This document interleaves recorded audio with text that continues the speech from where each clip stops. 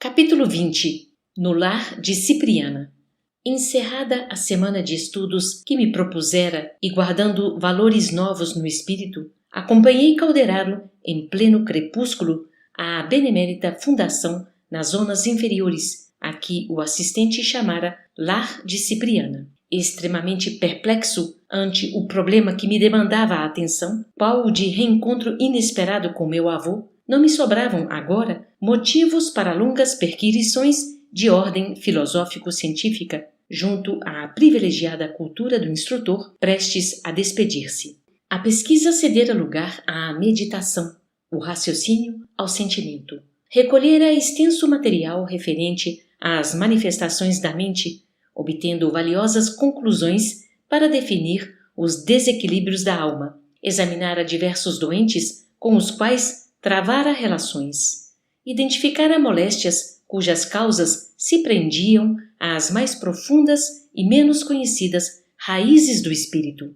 Entre as novidades, porém, encontrara um enfermo que me transferira da ardente curiosidade intelectual às acuradas reflexões no tangente ao destino e ao ser. Reconhecia agora que, para conseguir a sabedoria com proveito, era indispensável adquirir amor.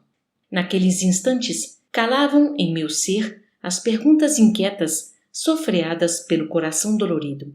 Poderia, em verdade, ter avançado muito no domínio dos conhecimentos novos, conquistado simpatias prestigiosas, renovado as concepções da vida e do universo, melhorando-as. No entanto, de que me valeriam semelhantes troféus se me não fosse possível socorrer um benfeitor em dificuldade?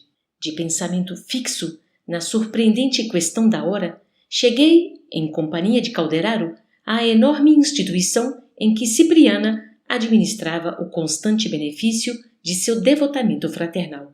Tratava-se, a meu ver, de casa socorrista diferente de quantas conhecia. Parecia grande centro de trabalho propriamente terrestre. A maioria dos companheiros que aí se agitavam não eram portadores de luminosa expressão, mas típicas personalidades humanas em processo regenerador. Com exceção de Cipriana e dos assessores que lhe compunham o séquito, a comunidade, não pequena, era formada de criaturas evidentemente inferiores, homens e mulheres análogos no aspecto aos que povoam os círculos carnais. Como acontecia habitualmente, Calderaro me veio em auxílio, esclarecendo: Irmã Cipriana idealizou este amorável reduto de restauração espiritual e concretizou-o usando os próprios irmãos sofredores e perturbados que vagueiam nas regiões circunvizinhas. É claro que não reside sistematicamente aqui. Todavia, neste colégio regenerador, passa grande parte do tempo que consagra ao seu ministério santificante nas esferas de baixo nível de evolução. No fundo, a organização funciona sob a vigilância dos próprios companheiros que vão melhorando. Trata-se, pois, de importante escola de reajustamento anímico, de autorreconhecimento e de preparação para indivíduos de boa vontade. Nossa benemérita amiga iniciou a obra e tornou-se-lhe provedora fidelíssima. Contudo, o Instituto é de região inferior para criaturas que desejem melhorar suas condições de existência. Educandário de trânsito, sob a ação direta dos que dele colhem proveito, passou destarte a valioso núcleo de instrução e de amparo. Individualidades libertas da carne, em penosas condições íntimas nos setores do conhecimento, aqui recebem precioso concurso a fim de se readaptarem convenientemente à vida. Grupos diversos de mediana condição dirigiam-se para um edifício ao centro da vastíssima organização, no qual adivinhei o templo votado à prece. Muitos companheiros se encaminhavam céleres, conversando ao nosso lado. Havia ali tanta gente alegre e tanta gente preocupada como em qualquer via pública de grande cidade no plano denso. Tive a impressão de que visitávamos enorme universidade situada em clima sombrio. Embora, quanto ao aspecto, fossem distintos entre si, quer os pequenos, quer os numerosos ajuntamentos de irmãos que aí se moviam, eram idênticos uns aos outros pela nota viva de esperança que a todos luzia no olhar percussiente. Quantos se nos deparavam exibiam uma atitude iniludível de trabalho e de renovação. Ainda mesmo os aleijados e doentes que aí estacionavam em grande número mostravam disposições de otimismo transformador.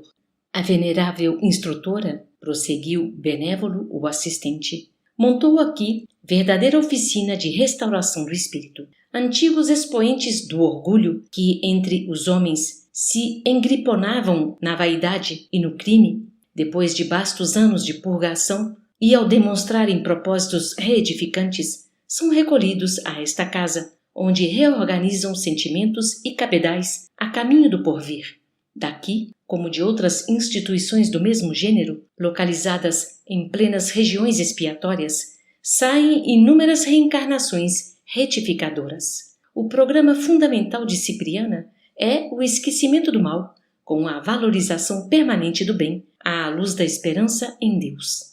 A princípio, a organização custou-lhe muitos sacrifícios em matéria de tempo e de direito que lhe mereciam os méritos pessoais. No transcurso dos anos, porém, elementos por ela mesma formados passaram a superintender a obra e a conservá-la. Ponderava eu a bondade e a sabedoria daquela estrênua missionária, pronta a todo serviço de colaboração superior, recordando meu próprio caso ante meu demente avô, emaranhado nas sombras, quando penetramos o santuário, onde sua voz se faria ouvir na oração. Cercavam-na diversas criaturas que lhe eram conhecidas. Um cavalheiro, visivelmente confortado, dizia-lhe reverente: seguindo-lhe os conselhos, irmã, não mais senti pesadelos. Renovei minha atitude para com os familiares, passei a cooperar ao invés de combater. Agora sim, exclamou Cipriana, satisfeita. O bem duradouro é filho da colaboração fraternal. Você verá quão sensível diferença para sua felicidade se verificará em torno de seus passos. Irmã, falou-lhe simpática senhora, minha situação é outra. Agora, reparo que o mundo não foi edificado para mim e que me cumpre a obrigação de trabalhar em benefício do mundo. A respeitável interlocutora estampou bela expressão fisionômica e observou: seu progresso é visível. O esquecimento de nossos caprichos pessoais dilata-nos a compreensão. Trêmulo velhinho, com todas as características de recém-desencarnado, dirigiu-se a ela de olhos rasos d'água. Irmã, balbuciou triste, ainda experimento os antigos achaques. Há instantes em que me sinto cair, perdendo a noção de mim mesmo, para despertar em seguida, aflito. A orientadora acariciou-o, discreta, encorajando-o. É natural. Esteja, porém, convicto de que a situação melhorará. Gastamos às vezes anos armazenando impressões que naturalmente não se esvaem em alguns dias. Outros companheiros se aproximavam com o evidente intuito de ouvi-la, mas, notando-nos a presença, veio sorridente até nós, informando obsequiosa: André, o problema de nosso enfermo já foi providenciado em todas as particularidades suscetíveis de solução imediata. Cláudio demorar-se-á no recolhimento até que se apresente em condições de mudança para nosso Instituto Regenerativo. Aqui se preparará convenientemente para o retorno aos círculos carnais. Tudo se processará com a harmonia desejável. Além disto, nossos cooperadores estão instruídos quanto ao auxílio que devemos a Ismênia para a concretização de seus ideais. Agradeci, confundido e sensibilizado, rendendo graças a Deus. Nosso entendimento não se prolongou. O sinal da oração chamava-nos ao alegre e doce dever.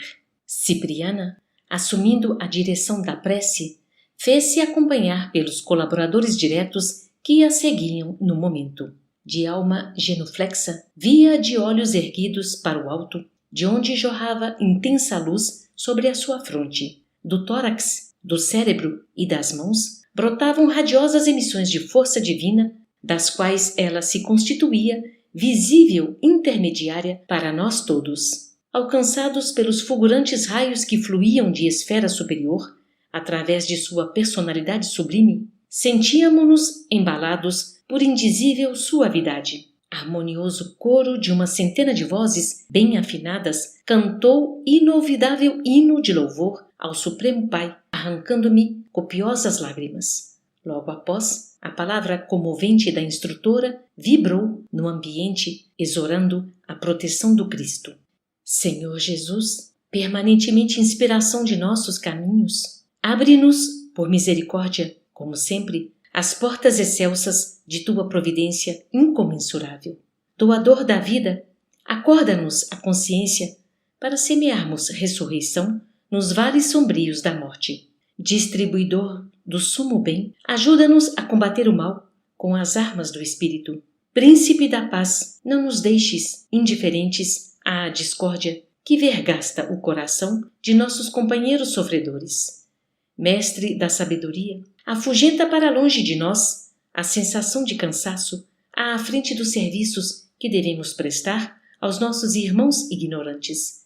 Emissário do amor divino, não nos conceda paz enquanto não vencermos os monstros da guerra e do ódio, cooperando contigo em tua augusta obra terrestre. Pastor da luz imortal, fortalece-nos para que nunca nos intimidemos perante as angústias e desesperos das trevas. Distribuidor da riqueza infinita, supre-nos as mãos com teus recursos ilimitados para que sejamos úteis a todos os seres do caminho que ainda se sentem minguados de teus dons imperecíveis. Embaixador angélico, não nos abandones ao desejo de repousar indebitamente e converte-nos em teus servidores humildes onde estivermos. Mensageiro da boa nova, não permitas que nossos ouvidos adormeçam ao coro dos soluços dos que clamam por socorro nos círculos do sofrimento.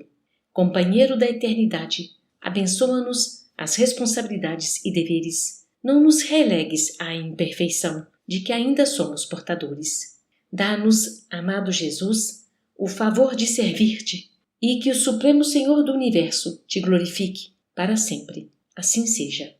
Fizera-se resplandecente o recinto do santuário. Vi, então, através do espesso véu de lágrimas que me assomavam aos olhos, que maravilhosa coroa de brilhantes evanescentes cintilou, por instantes, na cabeça venerável daquela missionária do bem, como se ali fora instantaneamente colocada por mãos invisíveis. Encerrada a reunião, Cipriana, com admirável simplicidade, veio despedir-se de mim. Por que não dizer? Tinha meus olhos velados de pranto. Desejaria segui-la como filho reconhecido para sempre, tais a sabedoria e o amor que lhe transbordavam do espírito glorificado. Calderaro foi o primeiro a abraçar-me, fazendo votos de boa viagem a que não pude responder, sufocado pela intensa comoção. Os demais companheiros saudaram-me enternecidos e, por fim, Cipriana apertou-me ao peito, beijou-me maternalmente e disse com olhos úmidos: que o Pai te abençoe. Nunca te esqueça a bondade no desempenho de qualquer obrigação. E, talvez porque me visse tão fundamente sensibilizado, acrescentou: estaremos unidos pelo Espírito. Desvencilhei-me dos seus braços com as saudades do filho em cujo santuário interior jamais se extingue a chama da gratidão. De volta agora aos trabalhos que me aguardavam, solitário e comovido, aspirei os perfumes da noite clara que se povoava de prodigiosas mensagens dos astros coruscantes. Misericordioso Senhor, supliquei mentalmente, digna-te abençoar o verme que eu sou. Tive a impressão de que meu coração pulsava, túmido, dentro do peito. À frente dos meus olhos faiscavam constelações, indicando gloriosos destinos no futuro infindável. E, ponderando em silêncio a grandeza de Deus, verti copioso pranto de júbilo, dando guarida às intraduzíveis sensações que me invadiam a alma, extasiada e feliz, sob nova esperança. Fim.